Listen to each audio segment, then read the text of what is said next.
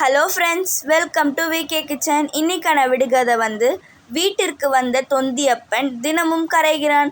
அவன் யார்? இந்த விடுகதைக்கான ஆன்சர் தெரிஞ்சுக்கணும்னா வீடியோட எண்டு வரைக்கும் போய் பாருங்கள்.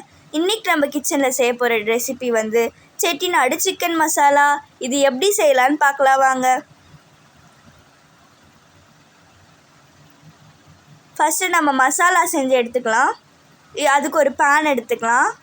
அதில் 2 டேபிள் ஸ்பூன் தனியா சேர்த்துக்கலாம். அது கூடவே 2 காஞ்ச மிளகாய் சேர்த்துக்கலாம்.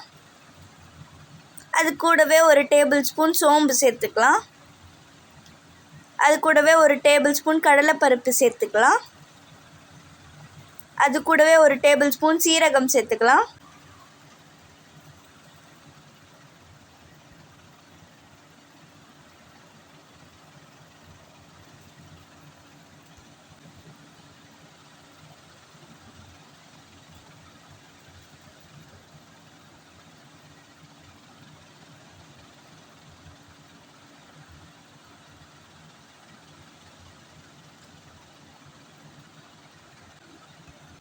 யார் யாருக்கு சிக்கன் பிடிக்கும்னு சொல்லிட்டு கமெண்ட் பண்ணுங்கள்.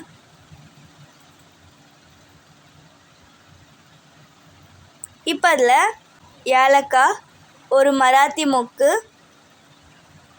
ஒரு ஜாதி பத்திரி, ஒரு பிரியாணி இலை, கல்பாசி, ஒரு பட்டை, கொஞ்சம் கிராம்பு சேர்த்துக்கலாம். இப்போது 2 டேபிள் ஸ்பூன் மிளகு சேர்த்துக்கலாம். நல்லா வறுத்துட்டு ரொம்ப தீர அளவுக்கு பார்த்துக்காம லைட்டாக வறுத்து எடுத்துட்டு அதை ஒரு மிக்சிக்கு மாற்றிக்கலாம். இப்போ அது நல்லா அரைச்சி எடுத்துக்கலாம். இப்போது செட்டிநாடு மசாலா ரெடி. இப்போது ஒரு பேன் எடுத்துக்கலாம். அதில் 4 டேபிள் ஸ்பூன் எண்ணெய் சேர்த்துக்கலாம். ஒரு பட்டை, ஒரு டேபிள் ஸ்பூன் சோம்பு, 4 கிராம்பு சேர்த்துக்கலாம். இப்போது கட் பண்ணி வச்சுருந்தேன் 4 வெங்காயம் சேர்த்துக்கலாம். அது நல்லா கலந்துட்டு கொஞ்சம் கருவேப்பிலை சேர்த்துக்கலாம். சேர்த்துட்டு அதை நல்லா கலந்து விட்டுக்கலாம். இப்போ பொன்னிறமாக ஆன பிறகு 1 டேபிள் ஸ்பூன் இஞ்சி பூண்டு பேஸ்ட்டு சேர்த்துக்கலாம். அது சேர்த்துட்டு அதையும் நல்லா கலந்து விட்டுக்கலாம். இஞ்சி பூண்டு பேஸ்ட்டு பச்சை வாசனை போன பிறகு கட் பண்ணி வச்சுருந்த 3 தக்காளி சேர்த்துக்கலாம். அதை சேர்த்துட்டு அதையும் நல்லா கலந்துக்கலாம்.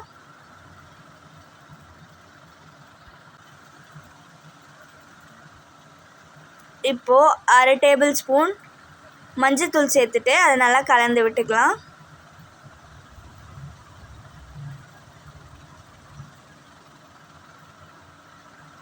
இப்போது தேவையான அளவு கல்லுப்பு சேர்த்துக்கலாம். சேர்த்துட்டு அதையும் நல்லா கலந்து விட்டுக்கலாம். இப்போ இது நல்லா வெந்த பிறகு 1/2 கிலோ சிக்கன் சேர்த்துக்கலாம். சேர்த்துட்டு அதை நல்லா மிக்ஸ் பண்ணி விட்டுக்கலாம்.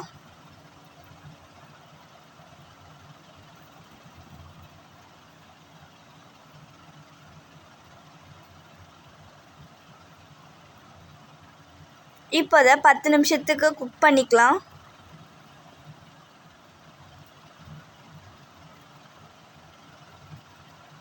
இப்போ அது திறந்தோம்னா அதுலேயே கொஞ்சம் தண்ணி இருக்கும்.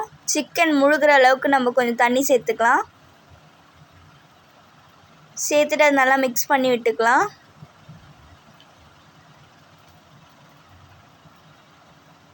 இப்போ மறுபடியும் 10 நிமிஷத்துக்கு வேக வச்சுக்கலாம்.